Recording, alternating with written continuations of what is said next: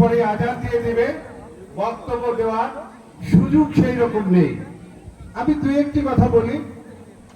আপনারা অনেকেই অনেক অভিযোগ করেছেন পুলিশ বাহিনীর বিরুদ্ধে বা তাদের কর্মকর্তাদের বিরুদ্ধে বা তাদের বিরুদ্ধে। আইনের ফাঁক ফোকর দিয়ে বেরিয়ে যায়। এই আইন সংশোধন করার জন্য আমাদের সরকার ইতিমধ্যে সংসদে আলোচনা হয়েছে। আগামীতে এই মাদক বিরোধী আইন সংশোধন হবে, সেখানে যাতে এই মাদক সেবনকারী, কারবারি, পাচারকারী কেউ এই আইনের ফাঁক ফোকর দিয়ে বেরিয়ে না যায়। আমি বক্তব্য দীর্ঘায়িত করব না।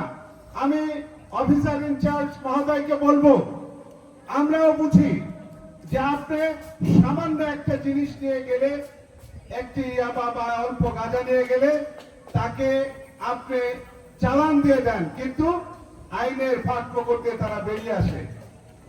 আবার আইন আপনার কাছেও আছে, আপনি যদি ইচ্ছা করেন সে যাতে বেরোতে না পারে, তার বিরুদ্ধে বিগত দিনের আমলনামা দেখে আপনিও ওইভাবে অন্য ধারায় মামলা করতে পারেন। আমি আশা করব আপনারা যাতে এই মাদক কারবারিরা বেরিয়ে আসতে না পারে, দীর্ঘ সময় থাকে, তার ব্যবস্থা করবেন এই আইনের ধারার মধ্যে রেখে। আমরাও এক সময় আইনের এক মামলায় গিয়েছি, পরবর্তীতে আমাদেরও বেরোতে পারি নাই, অন্য মামলায় আমরা জড়িয়ে গিয়েছি। ঠিক তেমনি ভাবে আমি মনে হয় আমি বোঝাতে পেরেছি যে এই আইনের ফাঁক ফোকর যাতে এরা বেরিয়ে না যেতে পারে। আমার শেষ কথাটা হলো, এই ওয়ার্ড আমার জন্মস্থান, এই 2 নম্বর ওয়ার্ডে আমার বাড়ি। আমি আজকে আমার এই 2 নম্বর ওয়ার্ড বাসীর কাছে একটি ওয়াদা চাই, এই ওয়ার্ড মাদক মুক্ত হবে। এটা আমরা সকলে পারবো কিনা? 2 হাত তুলে দেখেন, 2 হাত তুলে। আমাদের থেকে শক্তিশালী ওরা নয়, ওরা আমাদের থেকে শক্তিশালী নয়। আজকে বলে দিতে চাই, কোন মাদক সেবনকারী, কোন মাদক পরিবহনকারী, মাদক ব্যবসায়ী এই এলাকায় থাকতে পারবে না। তার জন্য আমি আপনাদের সাথে আছি। আপনি এই আজকে আমি ধন্যবাদ জানাই অফিসার ইনচার্জকে। দেখেন আপনাদের কাছে একটি কার্ড দিয়েছে না? কার্ড পেয়েছেন না? উনার সেই মানসিকতা আছে বিদায় উনাকে সরাসরি ফোন দিবেন, যারা মাদক কিনতে আসে তাদেরকেও ধরিয়ে দেবেন, আর যারা বিক্রি করে তাদেরকে ওই ফোন নাম্বার আছে, আপনারা ফোন করে বলবেন অমুক জায়গায় মাদক বিক্রি করে অমুক অমুক, নাম বলে দিবেন। ভয়ের কিছু নাই, আপনাদের পাশে আমি আছি, আমার প্রশাসন আছে। আমি আপনাদেরকে অনুরোধ করব, আমি এখানে অনেককে দেখেছি যারা মাদক সেবন করেছে, আবার তারা ভালো হয়েছে, এখন ওই মসজিদে আছে, নাম নাই বললাম, তাকে ধন্যবাদ জানাই।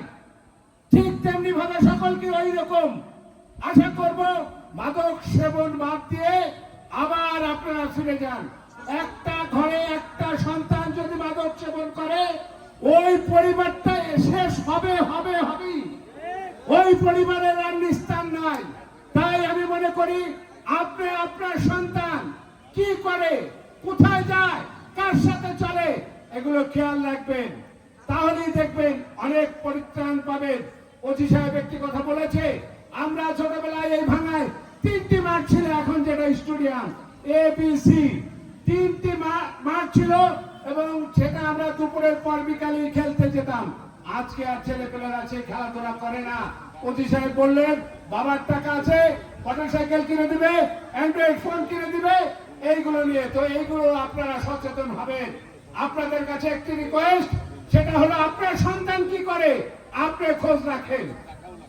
সন্তান তো আমাদেরই, আমার সন্তান কোথায় যায় আমার খোঁজ রাখা দরকার। আমার সেই খোঁজ রাখলে আপনার সন্তান নষ্ট হবে না।